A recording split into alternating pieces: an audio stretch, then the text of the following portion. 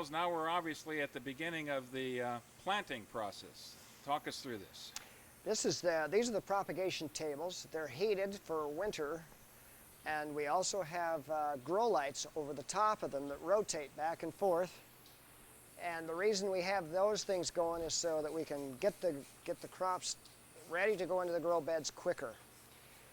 We do our own seeding, and we use a soil medium of cocoa coir, which is coconut husk that's ground up and dehydrated. This actually comes from Sri Lanka. And we take it and mix it with worm castings that we get from Wilkins Seeds over on the other side of Cullum. And then what we do, we'll come over to the seeding over here, and this is where we're doing some seeding. This is Rob Schultz. He's working with us, and he's doing some seeding now. And he's seeding some lettuce.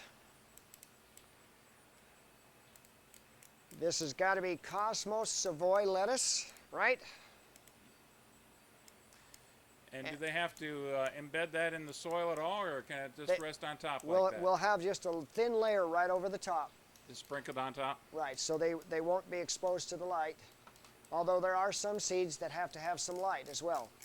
But these seeds don't require, in fact, they need a little darkness. And how long before you would replant those into the grow beds? We're about, depending on the time of year, it can be anywhere from 10 days, it could be as long as 20 days, depending on the time of year. So when we have less sun and a little cooler weather, it takes a lot longer to get the lettuce ready to go out into the grow beds. Different for the basil? Basil is about the same. Now we actually seed the lettuce every week. The basil we seed just probably every 3 or 4 weeks. We have new batches starting. And all of these other trays are already been planted? Right. This is a green romaine. This is a de-wild. This is a red oak. There's another red oak. We've got some peppers over there. These are basil over here. And they'll probably they'll be up about like this, within just a few weeks. And you can see the roots already coming down. And see, that'll just go right down as it goes into the water. Then it'll be able to pull up the nutrients right from the water, and that root will be probably about 100 times that big. And that also acts as surface area for the bacteria to grow, so we have a huge colony of beneficial bacteria in this water for the fish. And there's really nothing you have to do to encourage that growth. Once the system is established, then it just maintains itself? Right. Some people ask what we do to add to the water to develop the roots. We don't have to do anything. It's all become from the fish nutrients. So it just works beautifully that way. You're inside this greenhouse. Is there any insecticide that you use on these plants? We don't use any insecticides that are not natural. We use a neem oil. We use ladybugs. Those are the primary things that we'll use for insect control. Neem oil is a natural oil that comes from the neem tree in India, and it's also used as a feed supplement, and it is discouraging to insects. Ladybugs we import from California, where they're bred in California by the hundreds of millions. Anyway, here in this particular bed we have some mint. We also have some lemon basil, which is my personal favorite. And then we have Genovese, and then the purple basil down at the end. There's also something else in this grow bed that surprised me. It shocked me since I spent so much time pulling it out of my garden. Why don't you tell us about the Well, purslane? if we can go over here, we can see 2 pots of purslane. Purslane you'll find in your driveways, in your gardens, and you're trying to get rid of it. Purslane we actually sell to the market up in Chicago. And it has the highest plant source of omega-3s of any plant there is.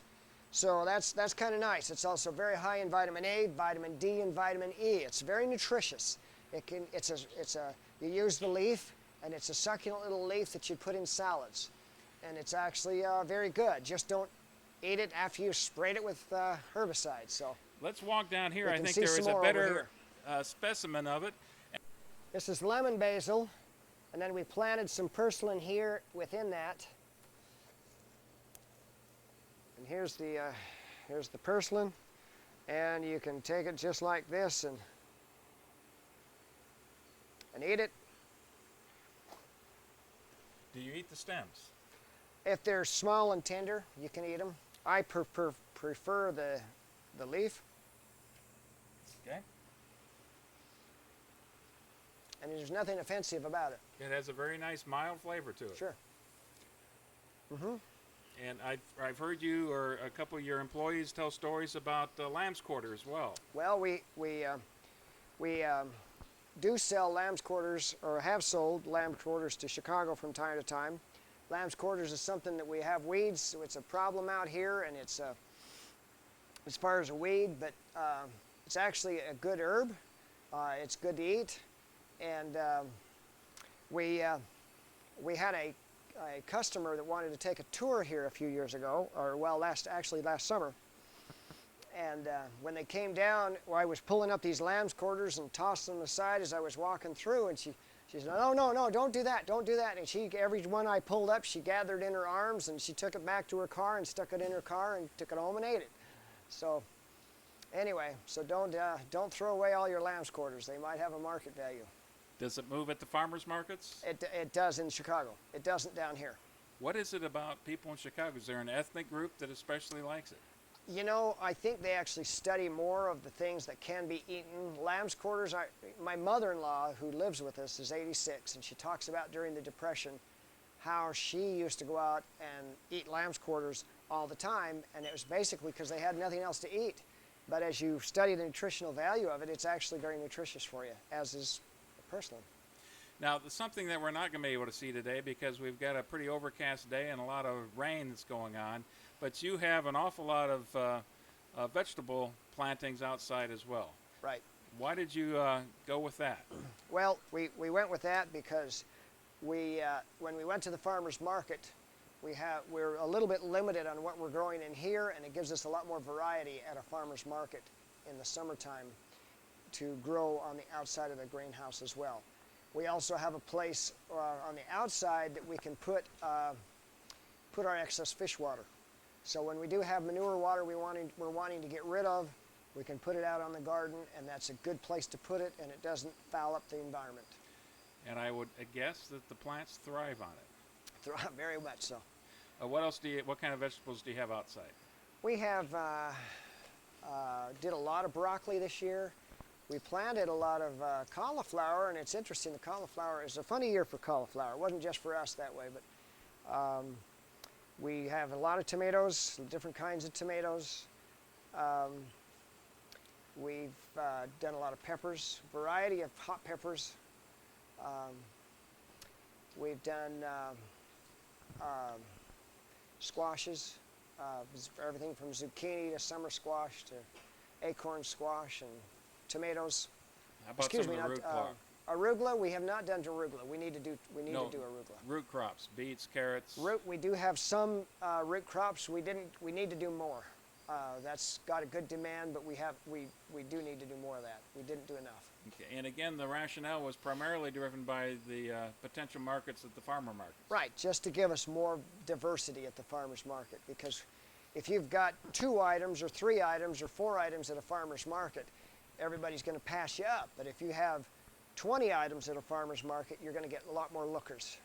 So, who is it that does the hard work of standing there and doing the selling at the farmers markets? I actually do most of the selling at the farmers markets, personally.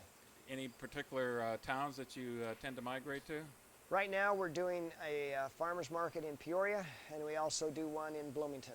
And Bloomington's been the best one, and we are represented by another lady in several of the farmers markets in Chicago. But that's just a manpower thing. We just don't have enough people to get it all done at this point. As I mentioned before, and we're getting to the point where I think we can wrap up, I'm very impressed by the aquaponic concept. and the diversity of it, and I think especially the potential of it. So I'd like to have you talk a little bit about what you see in your future and the potential of this business and where you would like to see it go. Well, I think this aquaponics in general is a concept that is got tremendous potential from being able to supply a tremendous amount of food on a very small bit of acreage. It can be aquaponics concepts can be put in urban areas as well as in the country. So we have that ability to supply when we're supplying all that food, it's a very high quality protein with the tilapia, and yet we have the ability to do the high quality vegetables as well. And so where we want to go with it is we certainly want to expand into some of the areas that need the food and need a good high quality food. Because of the controlled environment, while we have problems with insects, I think we have a lot less problems with insects than in some other environments. We have virtually no problems with weeds inside, and we're like outside, we're along with everybody else. But we intend to expand here on this location and at least double the size of what we're doing now, maybe even triple it. We're looking at possible expansions in other states. And we would like to, we have looked at the opportunity of expanding to areas that are impoverished areas that need not only jobs but good food. And so that's something we're looking at as well. What would limit the speed in which you grow? Funding. So certainly. More funding than it is just making sure you can do it step by step and control the... Right. It's just, anything that's new, it's innovative, it's going to be looked at by some people with a leery eye. The fact that we've done this as much as we've done it, we've shown that it can be done, and it can be done in this as far north as we are. We really can show that we can do it even in colder temperatures. So that yes, it can be done. It can be. It can efficiently grow food in a small area. What would be your biggest concern looking down the road? The thing that keeps you up at night? Just paying the bills. So, yeah, sure. I think most of the time, once we tell people about the whole process, it really connects with most people that we find out about. So, it's been it's a mission to tell people what we're on, what we're doing, what we're all about. Growing clean food in an environment today where here in the Midwest, we grow tremendous amounts of corn and soybeans, but yet as far as food that gets to your table, the average food travels 1,500 miles before it reaches the average Illinoisan's table. And I'm thinking there's something wrong with that scenario. We shouldn't be bringing all of our food in from California and from Mexico and from South America. We have the ability, we have the incredible soil here in Illinois, and it should be grown right here in Illinois. We just need to have the environment in terms of our regulatory environments conducive so that we can get it done here. You've been quite the entrepreneur. You found yourself today doing something that you couldn't even have imagined or dreamed about 20 years ago. What would be your advice to people who are venturing into new territory, living here in Illinois? Well, I guess probably my biggest advice is that if you're not willing to try, you're never going to get there. And I've met people time and time again who have said, I was thinking about this 20 years ago, and I just really wanted to do it, and they never took that first step. And so it's really got to be somebody that's willing to take a first step and try. You're never going to get anywhere unless you stick your neck out. And it might get cut off, but you got to be willing to put your neck out. It helps if you're married to somebody who's willing to take that step with Well, you. that's true. My wife's been patient with me, so.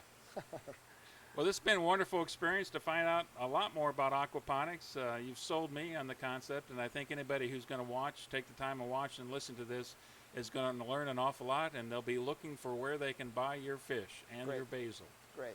Thank you very much, Myles. It's Thank been a you. pleasure. Appreciate the time.